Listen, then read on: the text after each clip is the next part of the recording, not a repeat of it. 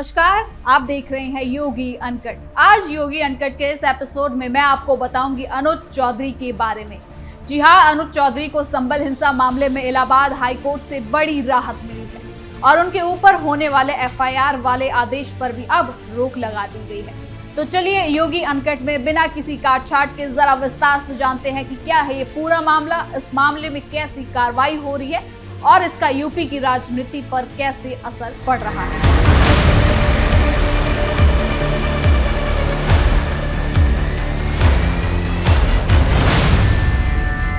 आपको बता दें कि उत्तर प्रदेश के संबल जिले में 24 नवंबर 2024 को हुई हिंसा से जुड़े मामले में तत्कालीन अपर पुलिस अधीक्षक यानी कि एएसपी अनुज चौधरी को इलाहाबाद हाईकोर्ट से बड़ी राहत मिली है। हाईकोर्ट ने संबल की सीजीएम कोर्ट के उस आदेश पर रोक लगा दिया है जिसमें एएसपी अनुज चौधरी के खिलाफ एफआईआर दर्ज करने का निर्देश दिया गया था। इस फैसले के बाद पुलिस प्रशासन, न्यायिक प्रक्रिया और कानून व्यवस्था से जुड़े कई सवालों पर बहस तेज हो गई है। संबल हिंसा केस में हाईकोर्ट का फैसला, एएसपी अनुज चौधरी को हाईकोर्ट से बड़ी राहत, सीजीएम कोर्ट के एफआईआर आदेश पर लगाई रोक, बिना शुरुआती जांच एफआईआर का आदेश देना गलत। आपको बता दें कि संबल हिंसा मामला पिछले कुछ समय से उत्तर प्रदेश की राजनीति और प्रशासनिक हलकों में चर्चा का विषय बना हुआ है। इस मामले में आरोप लगाया गया था कि हिंसा के दौरान पुलिस की भूमिका संदिग्ध रही और उस समय तत्कालीन एएसपी अनुज चौधरी ने खास तौर पर अपने कर्तव्यों का पालन ठीक से नहीं किया। इसी आधार पर संबल की सीजीएम कोर्ट ने उनके खिलाफ एफआईआर दर्ज करने के आदेश दिए थे। हालांकि इस आदेश के खिलाफ अनुज चौधरी ने इलाहाबाद हाईकोर्ट में याचिका दायर की थी। उन्होंने कोर्ट में कहा कि उनके खिलाफ एफआईआर दर्ज करने का आदेश कानूनी प्रक्रिया के खिलाफ है और निचली अदालत ने सुप्रीम कोर्ट के दिशा निर्देश का पालन सही से नहीं किया। हाईकोर्ट ने मामले की सुनवाई करते हुए सीजीएम कोर्ट के आदेश पर अंतरिम रोक लगा दी और अदालत ने कहा कि किसी पुलिस अधिकारी के खिलाफ एफआईआर दर्ज करने से पहले कानूनी प्रक्रियाओं का पालन जरूरी है और निचली अदालत ने इस मामले में जरूरी सावधानी नहीं बरती। तो वहीं सुनवाई के दौरान राज्य सरकार की ओर से एडिशनल एडवोकेट जनरल ने हाईकोर्ट को बताया कि मजिस्ट्रेट अदालत ने सुप्रीम कोर्ट के दिशा निर्देशों और स्थापित कानूनी प्रक्रियाओं की अनदेखी करते हुए एफआईआर का आदेश दिया था। उन्होंने कहा कि किसी अधिकारी के खिलाफ आपराधिक मामला दर्ज करने से पहले शुरुआती जांच, सबूतों की परख और कानूनी प्रक्रिया का पालन जरूरी है। हाईकोर्ट ने इस मामले को गंभीरता से लेते हुए कहा कि निचली अदालत का आदेश पहली नजर कानून के अनुरूप नहीं दिखता। अदालत ने यह भी कहा कि किसी भी व्यक्ति या अधिकारी के खिलाफ एफआईआर दर्ज करने से पहले न्यायिक प्रक्रिया का पालन जरूरी होता है करना, ताकि किसी निर्दोष व्यक्ति को बिना मतलब की कानूनी परेशानी का सामना ना करना पड़े। हाई कोर्ट ने फिलहाल एफआईआर दर्ज करने के आदेश पर रोक लगाते हुए मामले की अगली सुनवाई तय यथास्थिति बनाए रखने का निर्देश दिया है। साथ ही अदालत के इससे जुड़े पक्षों से जवाब मांगा और मामले की पूरी सुनवाई के लिए तारीख भी तय कर दी गई है।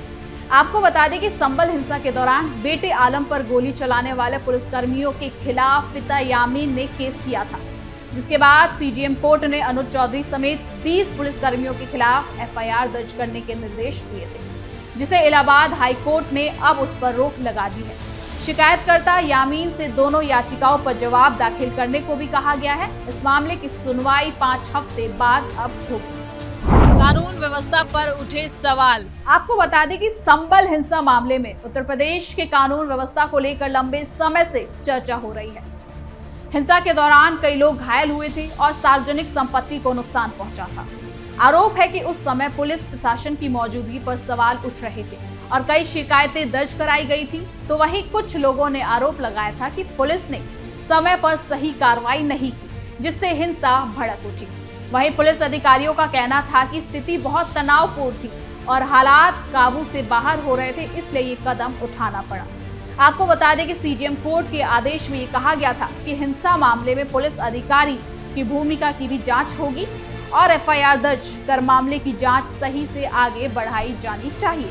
इसी आदेश को अनुज चौधरी ने हाईकोर्ट में चुनौती दी थी। हाईकोर्ट ने सुनवाई के दौरान ये भी कहा कि मजिस्ट्रेट को एफआईआर दर्ज करने का आदेश देने से पहले ये देखना चाहिए था कि क्या शिकायत में सही सबूत और साक्ष्य है या फिर नहीं।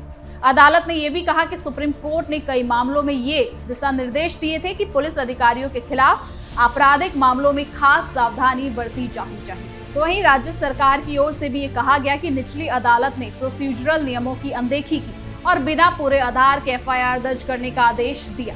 सरकार ने यह भी कह दिया कि इस तरह के आदेशों से प्रशासनिक व्यवस्था प्रभावित हो सकती है और अधिकारियों पर फिजूल का दबाव भी पड़ सकता है।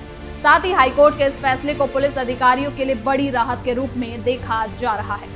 कई पुलिस अधिकारियों और संगठनों का कहना है कि अगर बिना पूरी जांच के एफआईआर दर्ज करने के आदेश दिए जाएंगे तो इससे प्रशासनिक कामों में बाधा आएगी और अधिकारी फैसला लेने से कहीं ना कहीं डरेंगे।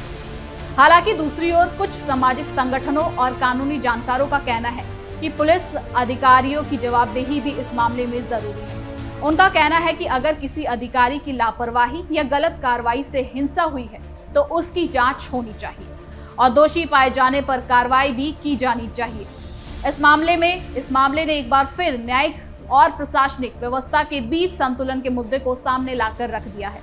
एक और पुलिस अधिकारी को अपने कर्तव्यों का पालन करते हुए स्वतंत्र रूप से काम करने की जरूरत है, वहीं दूसरी ओर उनकी जवाबदेही सुनिश्चित करना भी जरूरी है। हाईकोर्ट ने यह भी क्लियर किया कि ये केवल अंतरिम राहत नहीं बल्कि मामले की अंतरिम सुनवाई के बाद ही कोई अंतिम फैसला लिया जाएगा। अदालत ने यह भी कहा कि सभी पक्षों की दलीलें सुनने के बाद ये तय किया जाएगा कि सीजेएम कोर्ट का आदेश सही था या फिर नहीं। आपको बता दें कि मामले की अगली सुनवाई में हाईकोर्ट ये भी देखेगा कि शिकायत में लगाए गए आरोपों में कितनी सच्चाई है और क्या एफआईआर दर्ज करने का आदेश सही था या फिर नहीं। संबल हिंसा मामले में ये भी चर्चा का विषय है कि क्या हिंसा के पीछे कौन लोग थे और प्रशासन ने क्या क्या कदम उठाए थे। इस मामले में कई जांच एजेंसियों और प्रशासनिक रिपोर्ट की भी अब कहीं ना कहीं चर्चा हो रही है। साथ ही आपको बता दें कि राजनीतिक हलकों में भी इस मामले को लेकर प्रतिक्रिया सामने आ रही है। कुछ नेताओं ने हाईकोर्ट के फैसले का स्वागत करते हुए कहा कि कानून के तहत किसी भी अधिकारी को बिना पर्याप्त जांच के आरोपी बनाना सही नहीं। वहीं कुछ विपक्षी नेताओं ने कहा कि इस तरह की राहत से पीड़ितों को न्याय मिलने में कहीं ना कहीं देरी हो सकती है। इस मामले में ये भी सवाल उठ रहा है कि मजिस्ट्रेट अदालत ने सुप्रीम कोर्ट के दिशा निर्देश का कितना पालन किया। सुप्रीम कोर्ट ने पहले भी कई मामलों में कहा कि पुलिस अधिकारियों के खिलाफ आपराधिक मामलों में खास सावधानी बरतनी चाहिए और प्रारंभिक जांच के बाद ही एफआईआर दर्ज करने का आदेश दिया जाना चाहिए। हाईकोर्ट ने इस बात पर भी जोर दिया कि न्यायिक अधिकारियों और प्रतीकात्मक नियमों का पालन करना चाहिए ताकि न्यायिक व्यवस्था पर लोगों का भरोसा बना रहे। आपको बता दें कि संबल हिंसा मामले में अनुज चौधरी के खिलाफ एफआईआर दर्ज करने का आदेश रद्द होने से ये मामला फिलहाल ठंडे बस्ते में नहीं गया है, बल्कि ये हाईकोर्ट की विस्तृत सुनवाई के अधीन है। आने वाले दिनों में इस मामले की सुनवाई के दौरान कई खास कानूनी पहलू पर भी चर्चा होने की संभावना है, जिसमें पुलिस अधिकारियों की जिम्मेदारी, न्यायिक प्रक्रिया और प्रशासनिक जवाबदेही शामिल है। इस मामले के बाद अब सभी की निगाहें हाईकोर्ट की अगली सुनवाई पर टिकी हुई है। ये देखना खास होगा कि अदालत अंतिम रूप से क्या फैसला लेती है और क्या सीजेएम कोर्ट के आदेश को बरकरार रखा जाएगा या पूरी तरीके से रद्द कर दिया जाएगा।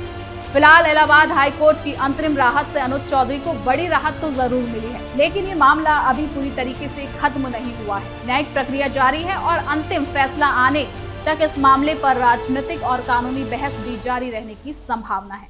अब देखना होगा कि जैसे जैसे इस मामले की कार्रवाई आगे बढ़ती है तो क्या कुछ निकल कर इसमें और ज्यादा सामने आता है।